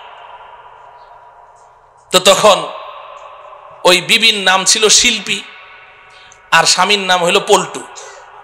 তো এখন পল্টু শিল্পীকে বলে, এই যে শোনো, এই সমস্ত সুফিগিরি দরবেশগিরি চলবে না, আমি খুব হাই সোসাইটিতে বসবাস করি, আমার ওই সোসাইটির সাথে তাল মিলিয়ে চলতে হবে। বিবি সাহেবা বলেন কিভাবে চলতে হবে? আমার আব্বা আম্মা বলেছেন স্বামী যেভাবে বলে সেভাবে চলতে, আপনি শিখিয়ে দেন কিভাবে চলতে হবে। কয় এই যে আপনি করছো, আর এক কথা 10 বার জিজ্ঞাসা করলে একবার জবাব দাও, এগুলো হবে না, আমরা একজন আরেকজনকে তুমি করে বলবো। বলেন স্বামী স্ত্রীরা এখন একজন আরেকজনকে কি করে বলে? আপনি বলে? আপনি বলে না, আবার বলে যে নাম ধরে ডাকতে হবে। কি করতে হবে? নাম ধরে ডাকতে হবে। এটা হলো আধুনিকতা। বুঝে আসছে? আমি ছোটবেলায় তো বাপ মার নামই জানতাম না, মায়ের নাম জানতাম না, বাবার নাম জানতাম। আমাকে নিয়ে অনেকে হাসাহাসি করতো, কয় যে এই তোর মায়ের নাম কি? আমি বলতাম শুনছো। তোর বাপের নাম কি? আমি বলতাম শুনছেন। বাপের নাম কি? শুনছেন। মায়ের নাম কি? কারণ সারাদিন দেখতাম আমার বাপে মায়েরে শুনছো করে ডাকে, তাই আমি মনে করতাম আমার মায়ের নাম কি? শুনছো। আর আমার মা বাপেরে কি ডাকে? শুনছেন। নামই জানতাম না। আহা, ওই জমানাটা কত সুন্দর ছিল। আর এখন তো ওই পল্টু কয় যে তা কিভাবে চলতে হবে, যে তুমি আমাকে ডাকবে পল্টু, আমি তোমাকে ডাকবো কি? শিল্পী। তো পল্টু আর শিল্পী তো বলছে ঠিক আছে, আপনি যেভাবে শিখিয়ে দেন। এখন পল্টু আর শিল্পী সংসার করতে করতে আল্লাহ পাকের ইচ্ছায় ফুটফুটে একটা ছেলে সন্তান জন্ম দিল। এখন সন্তানটা যখন কথা বলা শিখেছে, এখন বড় হয়েছে, 3-4 বছর বয়স, এখন সন্তানটা বাপের ডাকে পল্টু, মায়ের ডাকে কি? শিল্পী। ডাকবে না? এ পল্টু, আমার জন্য মজা আনবা। এ শিল্পী, আমি পেশাব করুম, আমার পেশাব করায় নিয়ে আসো। শিল্পী আর পল্টু। তো একদিন পল্টু ঘরে এসে দেখে শিল্পী খুব কান্নাকাটি করছে। পল্টু জিজ্ঞাসা করে, শিল্পী কাঁদোকে? কাঁদবো না, কি করব, এত সুন্দর একটা সন্তান আল্লাহ দিয়েছে, একটাবার মা বলে ডাকে না, আমারে খালি শিল্পী শিল্পী কয়। এখন পল্টুও কান্দে, পল্টুর চোখেও কি পানি। কিরে বাবা, কি হয়েছে? চুপচাপ থাকেন। এখন পল্টু কয়, পল্টুও কাঁদে, পল্টু কাঁদোকে? কয় ও তো আমারে কি কয় না, আব্বা কয়ে ডাকে না। কয় তাইলে এক কাজ করো, ভুলটা তো আমারই হয়েছে, যে আমরা সিদ্ধান্ত নিয়েছিলাম পল্টু আর শিল্পী ডাকবো, এই কারণেই তো সন্তান বাপ মা ডাকে না। আজকে থেকে আমি তোমার আব্বা কমু, আম্মা কমু, তুমি আমার আব্বা কইবা। তাহলে সন্তানে কি করবে? আব্বা আম্মা ডাক শিখ। কথা বুঝে আসলো? আধুনিকতা ছেড়ে দেন, আধুনিকতা ছেড়ে দেন। ওই পূর্বের যুগে আবার ফিরে আসেন। আমাদের পূর্বপুরুষরা দেখেন দাদা দাদির মধ্যে কি মোহাব্বত ভালোবাসা, বুড়া বুড়ির মধ্যে কি মোহাব্বত ভালোবাসা। বুড়া বসে থাকে, বুড়ি বসে বসে পান ছেঁচে আর বুড়া খায়, কি ভালোবাসা। আজকে তোমার 1 বছর হইলো না বিয়া হইলো, তোমার মধ্যে তো ওই ভালোবাসা সৃষ্টি হয় না, তোমার মধ্যে তো ওই ভালোবাসা সৃষ্টি হয় না। তাইলে মুআশারা ঠিক করবো তো ইনশাআল্লাহ, মুআশারা ঠিক করবো তো? কথা বুঝে আসে? আল্লাহ পাক বুঝার তৌফিক দান করেন। 5 নাম্বার কি? কথা বলে না। 5 নাম্বার কি? আখলাক মানে কি? চরিত্র। বলেন আখলাক মানে কি? চরিত্র। আমাদের নবীজি পৃথিবীর সর্বশ্রেষ্ঠ চরিত্রের মালিক ছিলেন, ঠিক কিনা? ইন্নাকা লাআলা খুলুকিন আযীম। হে বন্ধু, আপনি হলেন মহান চরিত্রের মালিক। এই সার্টিফিকেট আমাদের নবীজিকে আল্লাহ দিয়েছেন কি দেননি? আর আমাদের নবীজি এসে কি ঘোষণা দিলেন? বুইসতুলি উতাম্মিমা মাকারিমাল আখলাক। আমি তোমাদের কাছে এসেছি তোমাদেরকে শ্রেষ্ঠ চরিত্র শিক্ষা দেওয়ার জন্য। আমাদের নবীজি তো শ্রেষ্ঠ চরিত্র শিক্ষা দিয়েছেন, সাহাবায়ে কেরামকে ওইভাবে গড়েছেন, সাহাবায়ে কেরাম তাবিঈনদেরকে গড়েছেন। কিন্তু অধপতন হতে হতে এখন মুসলমানদের চরিত্র একেবারে শূন্যের কোঠায়। বলেন ঠিক কিনা? এরপরে আবার এত বড় বড় মোবাইল যখন আবিষ্কার হলো, এই মোবাইল যখন যুবক যুবতীদের হাতে হাতে চলে আসলো, এখন যুবক যুবতীদের আখলাক চরিত্র বলতে কোনো কিচ্ছু তো নাই। এটা একেবারে লজ্জাজনক অবস্থানে চলে এসেছে। এই আখলাক আমাদের ঠিক করতে হবে কিনা? যদি আগের 4টা আঙ্গুল ঠিক হয়, আখলাক কিন্তু এমনি এমনি ঠিক হয়ে যাবে, ঠিক কিনা? তাইলে আল্লাহর রশি ধরতে আঙ্গুল কয়টা লাগবে? হ্যাঁ, মাওলানা চলে এসেছে, এখন আমার 1টা সেকেন্ড আপনাদের কাছে 1 দিনের মতো লাগবে। অতএব আমি আর লম্বা করব না। এখন বলেন আঙ্গুল কয়টা লাগবে? 1 নাম্বার। সবাই জোরে বলতে হবে, জোরে বলেন। 2 নাম্বার, 3 নাম্বার মুআমালা, বলেন। 4 নাম্বার মুআশারা, 5 নাম্বার আখলাক। এই 5টা আঙ্গুল যদি ঠিক হয়, এবার আল্লাহ কি বলে শুনেন। কুলনাহবিতু মিনহা জামিআ। আদম হাওয়া জান্নাত থেকে নেমে যাও, মনে আছে? জান্নাত থেকে ফাইম্মা ইয়াতিয়ান্নাকুম মিন্নি হুদা। অতি সত্বর আমি আমার পক্ষ থেকে হেদায়েত নামের একটা রশি ছাড়বো। ছেড়েছেন কি? এবার আল্লাহ বলছেন ফামান তাবিআ হুদায়া ফালা খাউফুন আলাইহিম ওয়ালা হুম ইয়াহজানুন। ফামান তাবিআ হুদায়া আই ফামান ইতাসামা বিহাবলি। আমার এই হেদায়েত নামের রশিকে যারা শক্ত করে ধারণ করবে, ফালা খাউফুন আলাইহিম ওয়ালা হুম ইয়াহজানুন। তার কোনো ভয় নাই, ডর নাই, টেনশন নাই যে ধরে তো আছি, আল্লাহ কি টান মারবেন? আল্লাহ বলেন অবশ্যই অবশ্যই বান্দা, আমি এই রশি ছেড়েছি, আমি বড় মজবুত করে রশি বানিয়েছি, একদিন আমি টান মারবই মারবো বান্দা। তুমি এই 5টা আঙ্গুলকে মজবুত করে আমার রশি চেপে ধরে থাকো, যেদিন টান মারবো যদি ঝুলে থাকতে পারো, সোজা তোমার আসল বাড়ি জান্নাতে পৌঁছিয়ে দেবে। আল্লাহ রাব্বুল আলামিন আমাদেরকে এই 5 সেক্টরে খাঁটি মুসলিম হয়ে আল্লাহ পাকের রশি মজবুত করে ধারণ করে আমাদের আসল বাড়ি জান্নাতে পৌঁছার তৌফিক দান করুন। ওয়া সাল্লাল্লাহু তাআলা আলা সাইয়্যিদিনা মুহাম্মদ ওয়া আলা আলিহি ওয়া আসহাবিহি আজমাইন। আসসালামু আলাইকুম ওয়া রাহমাতুল্লাহি ওয়া বারাকাতুহু।